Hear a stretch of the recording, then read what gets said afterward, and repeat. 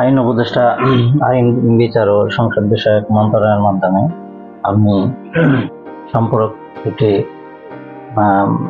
মামলাতে যেন যারা প্রকৃত দোষী, যারা হত্যা করেছে, এদেরকেও শাস্তির আওতায় আনা হোক এবং কি সুষ্ঠু তদন্তের মাধ্যমে এদের বিচার দাবি জানাচ্ছি।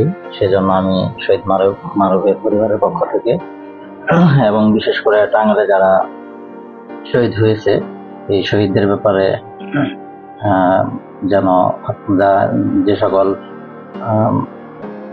হত্যা হয়েছে এই হত্যায় যেন সঠিক বিচার পায়, সেজন্য আমি এই দাবি জানাচ্ছি।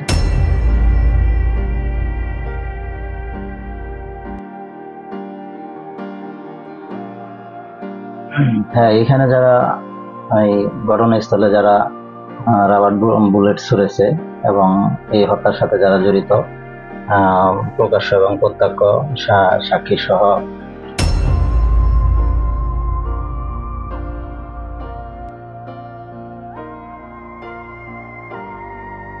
আমি অবশ্যই আশাবাদী যে এই যারাই দোষী, ঠিক আছে, অবশ্যই তারা শাস্তির আওতায় তাদেরকে আনতে হবে। সেই জন্য আমরা যারা আছি বিষয়ের যেন সুষ্ঠু তদন্ত করে এদেরকেও আইনের আওতায় আনা হয় এবং সুষ্ঠু তদন্তের মাধ্যমে বিচার জানাচ্ছি।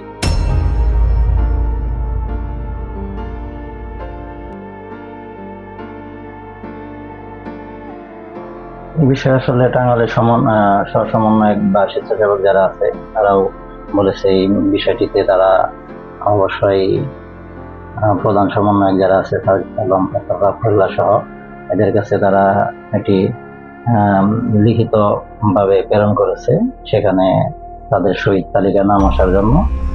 মিশন 90 সংবাদের পিছনে নয়, ভিতরে ছুটি।